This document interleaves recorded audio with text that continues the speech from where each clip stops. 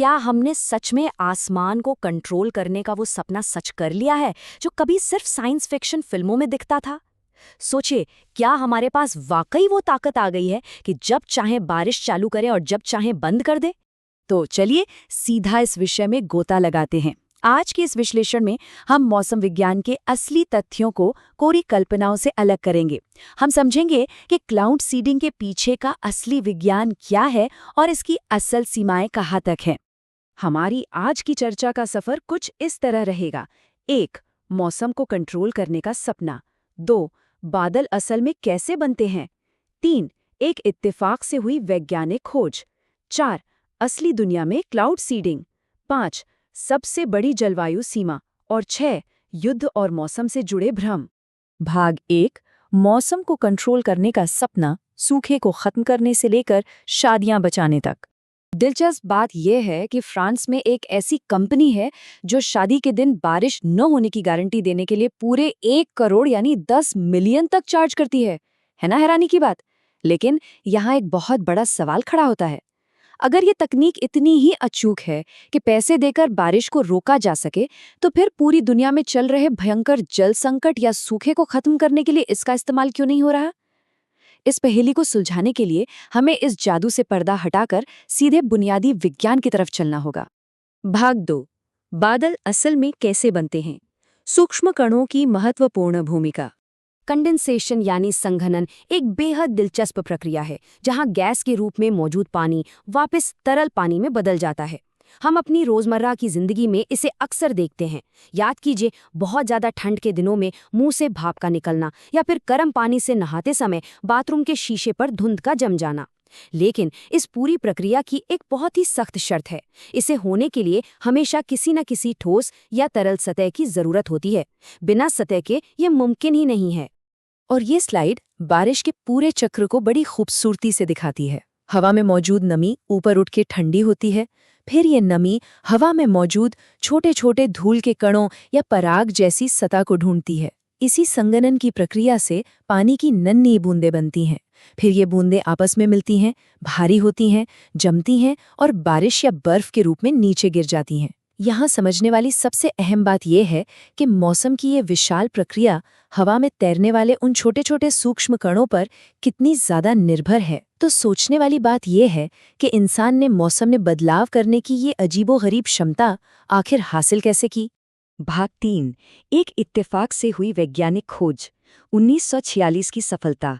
विज्ञान के इतिहास में कई महान खोजें पूरी तरह से इत्तेफाकन हुई हैं। इस घटना को सेरेंडिपिटी कहा जाता है।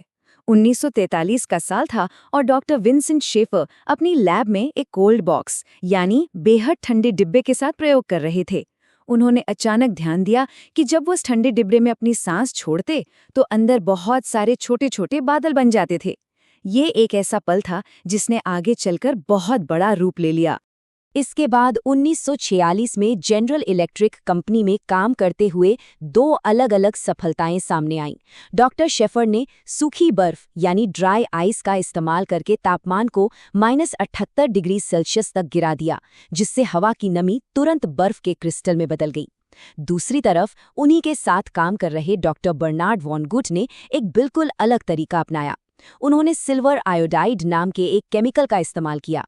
ये केमिकल हवा में मौजूद नमी के लिए एक बेहतरीन सतह का काम करता है, जो पानी को चुंबक की तरह अपनी ओर खींच लेता है। 1946 की इन दोनों खोजों ने पूरी दुनिया के सामने मौसम को बदलने का एक नया और रोमांचक रास्ता खोल दिया। भाग 4. असली दुनिया में क्लाउड सीडिंग, आधुनिक युग में वैश्विक उपयोग। आज दुनिया भर के देश अपनी अपनी जरूरतों के हिसाब से इस तकनीक का जमकर फायदा उठा रहे हैं। थाईलैंड का रॉयल प्रोजेक्ट 1955 से ही किसानों को सूखे से बचाने के लिए काम कर रहा है। चीन ने तो 2008 के बीजिंग ओलंपिक के उद्घाटन समारोह के दौरान बारिश को रोकने के लिए बादलों को शहर पहुंचने से पहले ही बरसा दिया था। अमेरिका में स्की रिजॉर्ट्स इसका इस्तेमाल बर्फबारी की गारंटी देने के लिए करते हैं, ताकि उनका बिजनेस बिना रुकावट के चलता रहे। बुल्गारिया में फसलों को नुकसान से बचाने के लिए रॉकेट दागकर ओलों का आकार छोटा कर दिया जाता है। और अब यूएई जैसे देश ड्रोन का इस्तेमाल करके क्लाउड जैपिंग कर रहे हैं, जिसमें बादलों को बिजली का झटका दिया जाता है ताकि पानी की बूंदें तेजी से आपस में जुड़ सकें। लेकिन भाई हर प्रयोग हमेशा योजना के मुताबिक नहीं चलता। 17 जून 2008 को रूस में एक ऐसा वाकया हुआ जो किसी भी टेक्स्ट बुक में एक नाकाम प्रयोग के सबसे सटीक उदाहरण के रूप में देखा जा सकता है। हुआ यूं कि बादलों को सीड करने के लिए सीमेंट की बोरियों का इस्तेमाल किया गया, लेकिन उनमें से एक बोरी पिघली ही नहीं और सीधे एक घर की छत को फाड़ती हुई नीचे जा गिरी, जिससे वहां पूरे 3 फुट गहरा गड्ढा हो गया। जाहिर है, आसमान से सीधे सीमेंट के बोरी का गिरना इस तकनीक के खतरों को भी एक थोड़े मजाकिया अंदाज में सामने लाता है। तो क्या इसका मतलब ये है कि ये तकनीक पूरी दुनिया को बचा लेगी? यहीं पर हमें तथ्यों को निष्पक्षता से तौलना होगा। भाग 5, सबसे बड़ी जलवायु सीमा, ये हर मर्ज की दवा क्यों नहीं है? इस पूरी चर्चा का जो सबसे अहम और ज़रूरी बिंदु है वो ये है कि क्लाउड सीडिंग केवल संघनन की प्रक्रिया को तेज कर सकती है। ये हवा में खुद से पानी या जलवाष्प बिल्कुल नहीं बना सकती। अगर हवा में नमी शून्य है तो बादल भी शून्य ही बनेंगे। सीधे शब्दों में कहें तो खाली आसमान से बारिश करवाने का कोई जादुई तरीका मौजूद नहीं है। और ये स्लाइड बहुत ही स्पष्ट तरीके से दर्शाती है कि हम असल में क्या कर रहे हैं। मान लीजिए हवाएं राजस्थान से दिल्ली की तरफ बह रही हैं। अगर हम परिदृश्य ए के तहत क्लाउड सीडिंग करके बादलों को राजस्थान के ऊपर ही बरसने के लिए मजबूर कर देते हैं, तो दिल्ली पहुंचने तक उन बादलों में कोई नमी बचेगी ही नहीं।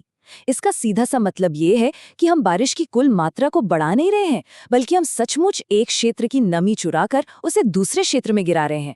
हम बस बारिश की जगह और उसका समय बदल सकते हैं, नई बारिश पैदा नहीं कर सकते।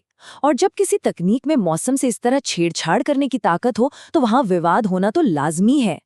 भाग 6, युद्ध और मौसम से जुड़े भ्रम, इतिहास और इंटरनेट की साजिशों को नेविगेट करना। जब हम मौसम में बदलाव की इस ऐतिहासिक टाइमलाइन पर नजर डालते हैं तो पता चलता है कि 1946 की उस सरल सी वैज्ञानिक खोज ने कितनी जल्दी अपना रास्ता सैन्य रणनीतियों तक बना लिया था। 1960 के दशक तक आते आते ये पूरी तरह से एक गुप्त सैन्य तकनीक में तब्दील हो चुकी थी। इसका एक बहुत ही प्रमुख उदाहरण है वियतनाम युद्ध। इस दौरान अमेरिकी वायुसेना ने एक गुप्त मिशन चलाया था जिसे ऑपरेशन पोपाय का नाम दिया गया।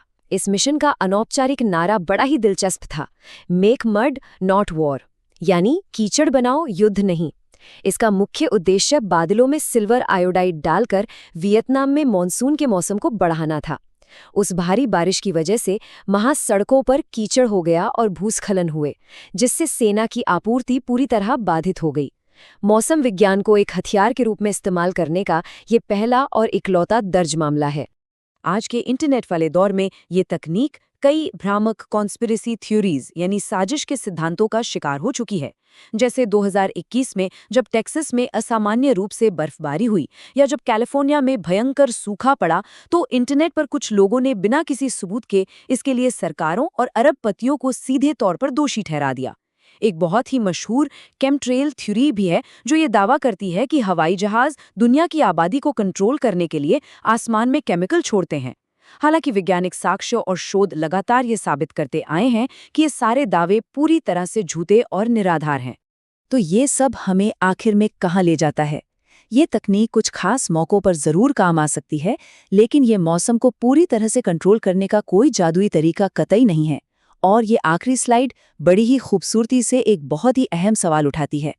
क्या इंसान मौसम के साथ छेड़छाड़ करने में इतना ज़्यादा उलझ गया है कि हम जलवायु परिवर्तन जैसी मूल और असली समस्या को बुरी तरह नज़रअंदाज कर रहे हैं?